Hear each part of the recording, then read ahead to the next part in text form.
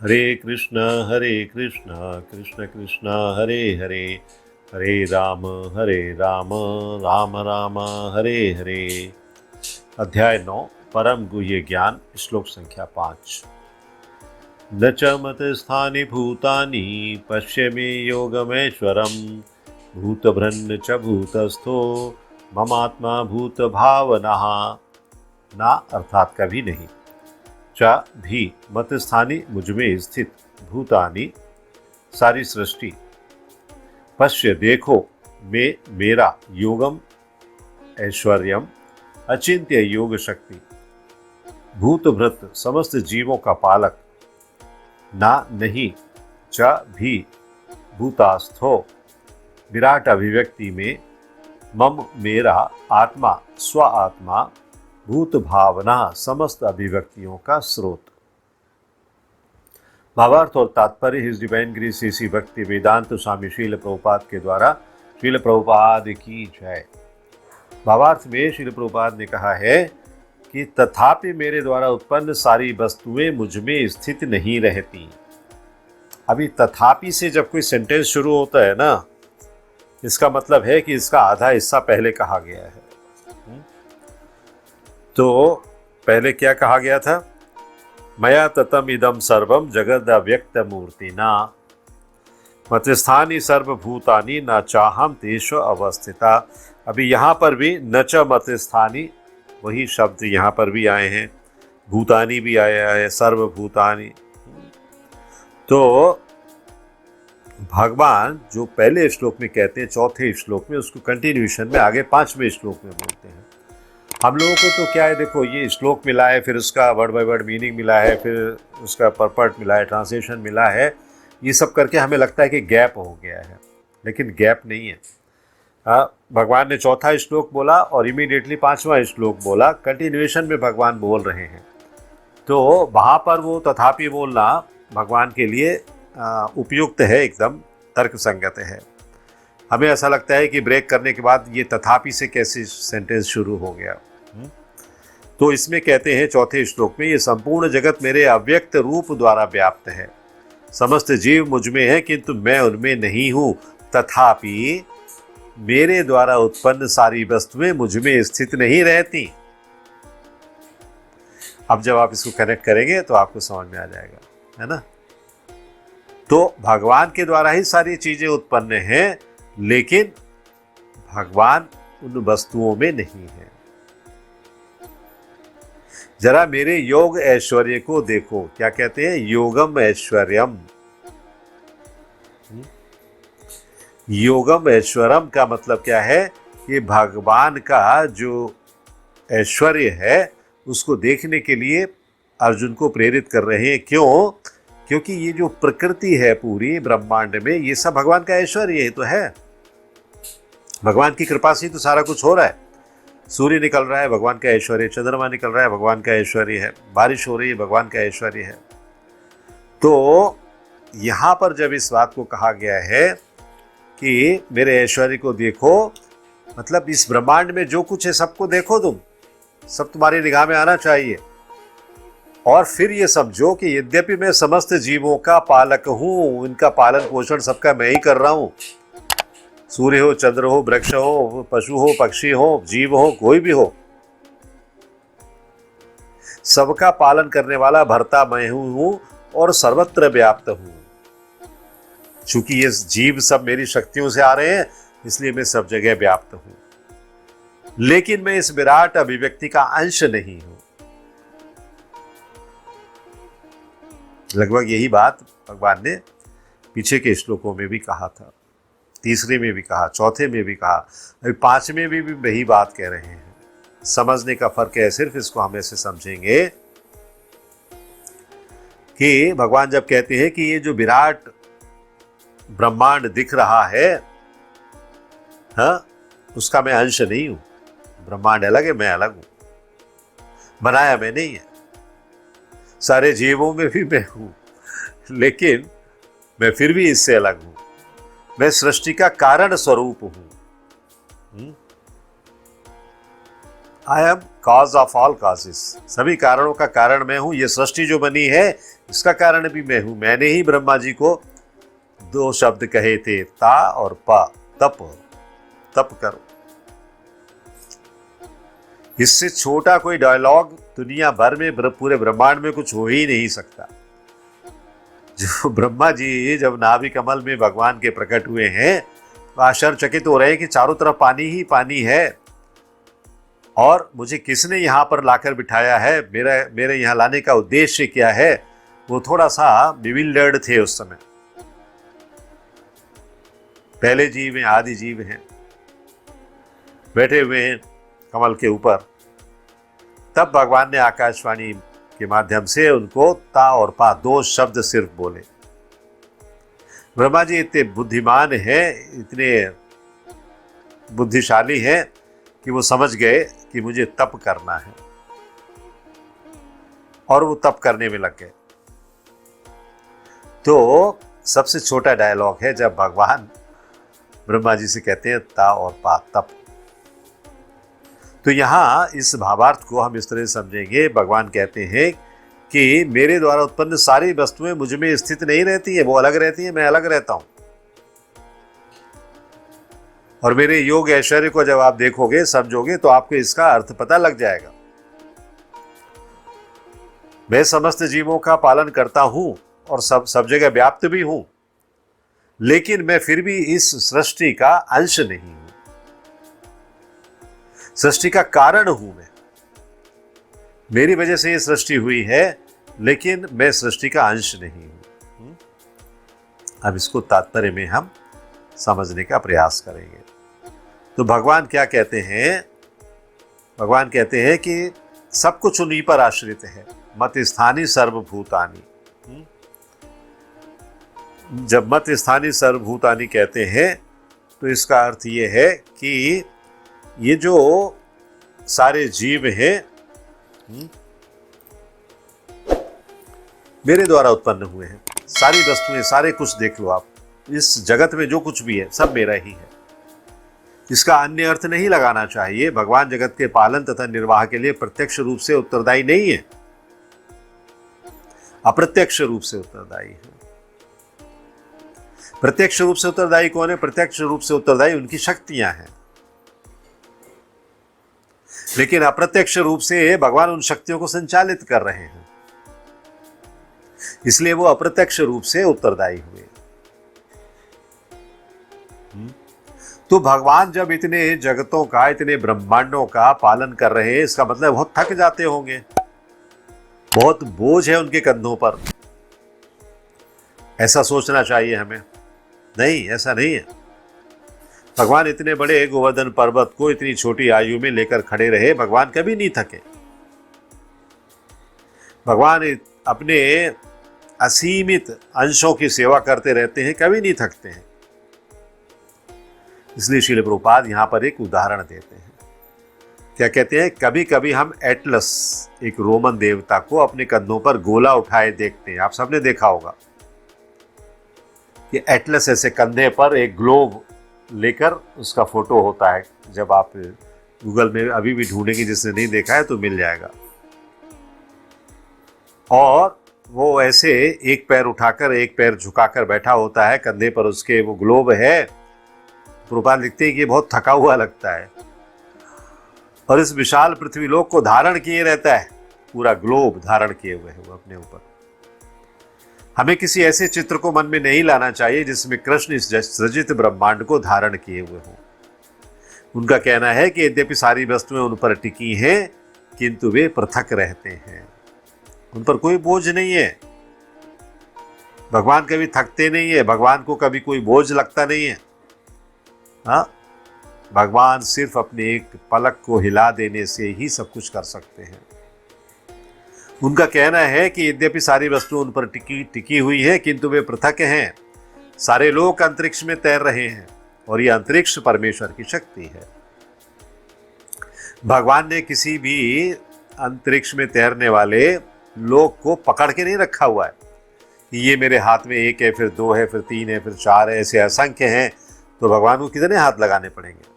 हाँ, तो ये परमेश्वर की शक्ति है जो कि ये सारे ग्रह नक्षत्र अंतरिक्ष में तैर रहे हैं। सारे लोग अंतरिक्ष में तैर रहे हैं और ये अंतरिक्ष परमेश्वर की शक्ति है, किंतु वे अंतरिक्ष से भिन्न हैं। वो अंतरिक्ष नहीं है, भगवान अंतरिक्ष से भिन्न है, वे पृथक स्थित है। वो अपने लोक में है, अपने धाम में है, लेकिन उनकी शक्तियों के माध्यम से परमेश्वर की शक्ति जो लिखा गया है, ये सारे लोग अपनी एक्सिस पर घूम रहे हैं। कोई बाधा नहीं है उनके लिए। अतः भगवान कहते हैं कि यद्यपि ये सब रचित पदार्थ मेरी अचिंत्य शक्ति पर टिके हैं। अचिंत्य शक्ति जिसके बारे में आप सोच भी नहीं सकते, बियॉन्ड आवर थॉट्स।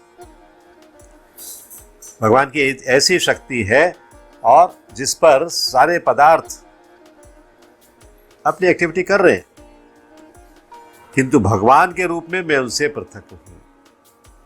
शक्ति के रूप में उनके साथ है, लेकिन भगवान के रूप में I am different from them, I am separate from them. ये भगवान का अचिंत्य ऐश्वर्य है। इस ऐश्वर्य के विषय में सोचा भी नहीं जा सकता, ऐसा ऐश्वर्य है ये। तो वैदिक कोश निरुक्ति में कहा गया है, श्रील प्रभुपाद आगे बताते हैं क्या कहा गया है।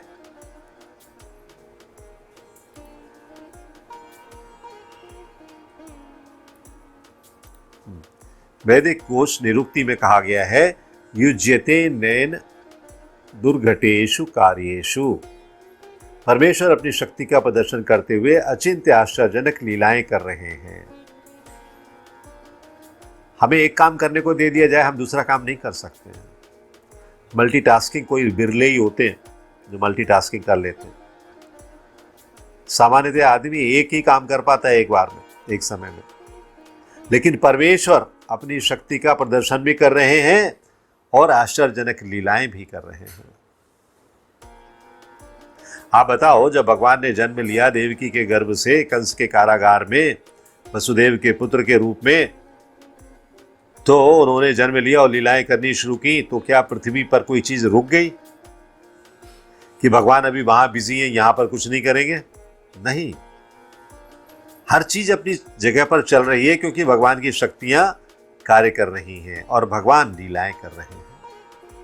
कितना आश्चर्यजनक है ये, है ना?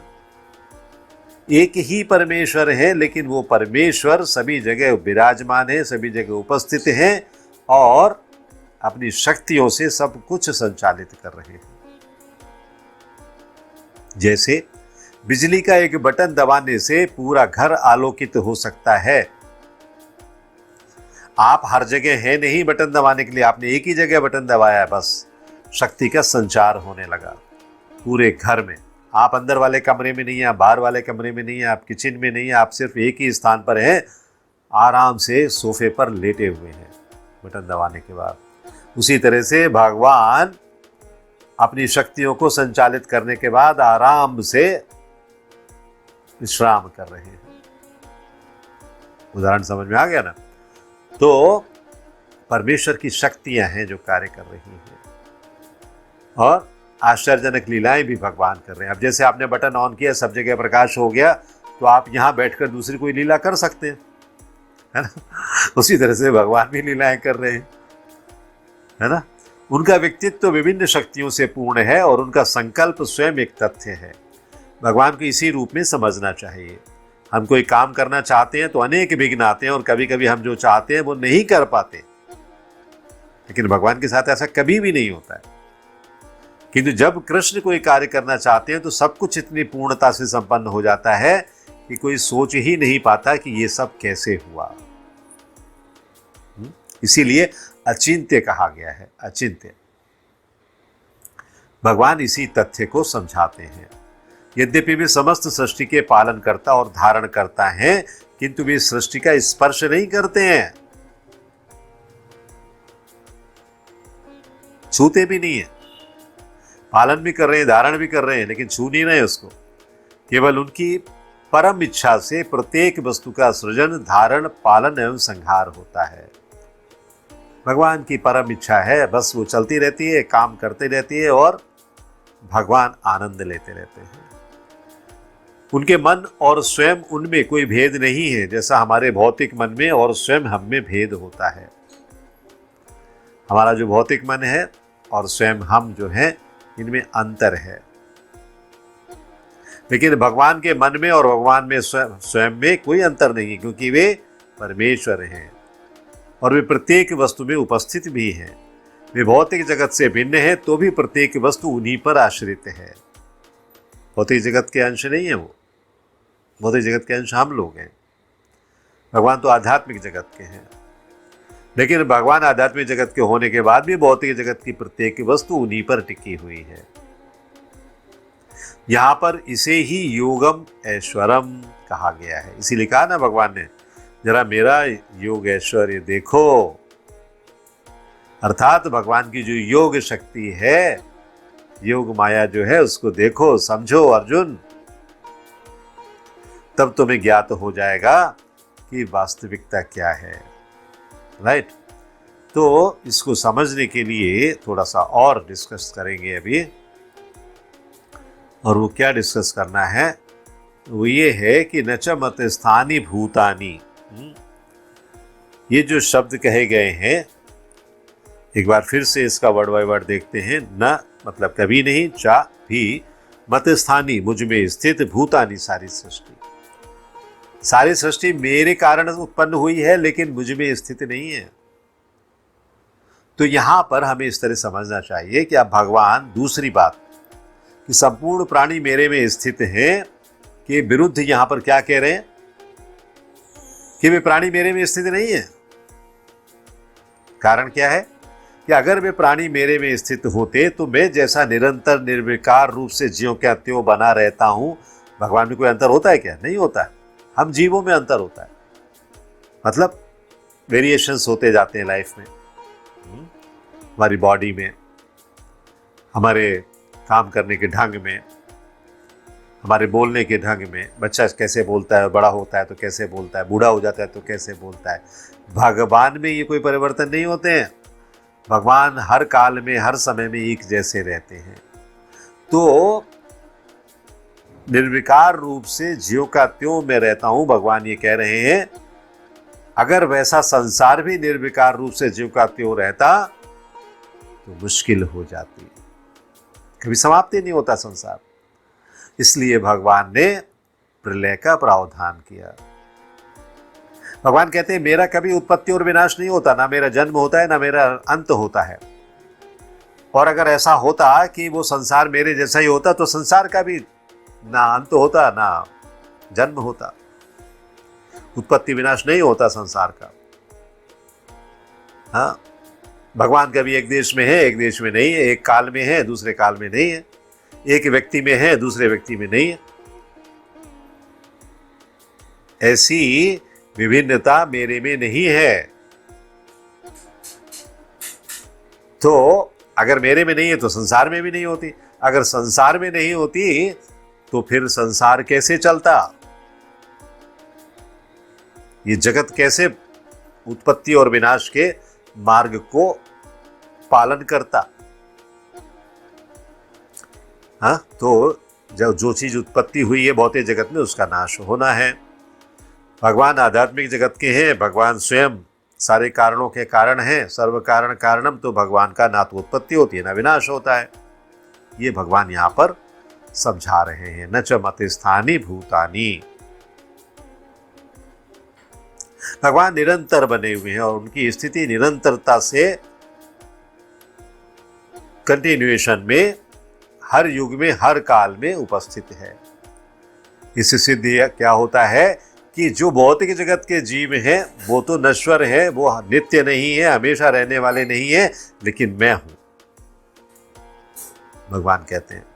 इसलिए वे मेरे में स्थित नहीं है। अगर मेरे में स्थित होते तो उनकी भी प्रकृति वैसे ही होती, वो भी मेरी तरह हमेशा रहते, है ना। तो इस अंतर को हमें समझना चाहिए। पिछले एक श्लोक में, शायद दूसरे नंबर के में, हमने इसको दूसरे उदाहरणों से भी समझाया था। जल की तरंगों के माध्यम से समझाया था, मिट्टी के घड़े के माध्यम से समझाया था, है ना, कि किस तरह से घड़ा टूट जाता है तो मिट्टी बन जाती है। हाँ, तो ये जो संसार है उत्पन्न होने वाला है और नष्ट होने वाला है, लेकिन परमात्मा या परमेश्वर ना तो उत्पन्न होते हैं ना नष्ट होते हैं। वो सभी के कारण होते हैं, लेकिन किसी भी वस्तु से या जीव से जुड़े हुए नहीं होते हैं। उसमें जो परिवर्तन होना है वो होता रहता है, लेकिन भगवान में कोई परिवर्तन नहीं होता है। इसीलिए भगवान का अंश जो आत्मा है उसमें भी कोई परिवर्तन नहीं होता। वो हमेशा बाल के अग्रभाग के 10,000वें अंश का स्वरूप में बना ही रहता है। ऐसा नहीं कि जब आप 95 साल के हो गए तो वो 5 फीट का हो गया, आत्मा नहीं होता है। आत्मा जितनी है उतनी ही रहती है। तो भगवान का आकार प्रकार कुछ बदलता नहीं है। भगवान के आत्मा के स्वरूप को कभी बुढ़ापा भी नहीं आता है, कभी उसके बाल भी ग्रे नहीं होते हैं, है ना, कभी उसके नेल्स भी बड़े नहीं होते हैं, कुछ नहीं होता है। वो जैसा है वैसा रहता है। हरे कृष्णा कृष्ण कृष्ण हरे हरे, हरे Ram Ram Ram Hare Hare. If you like this video, press the like button and share it with your family and friends. If you want to watch more such videos, please subscribe to our channel, and for getting updates, press the bell icon.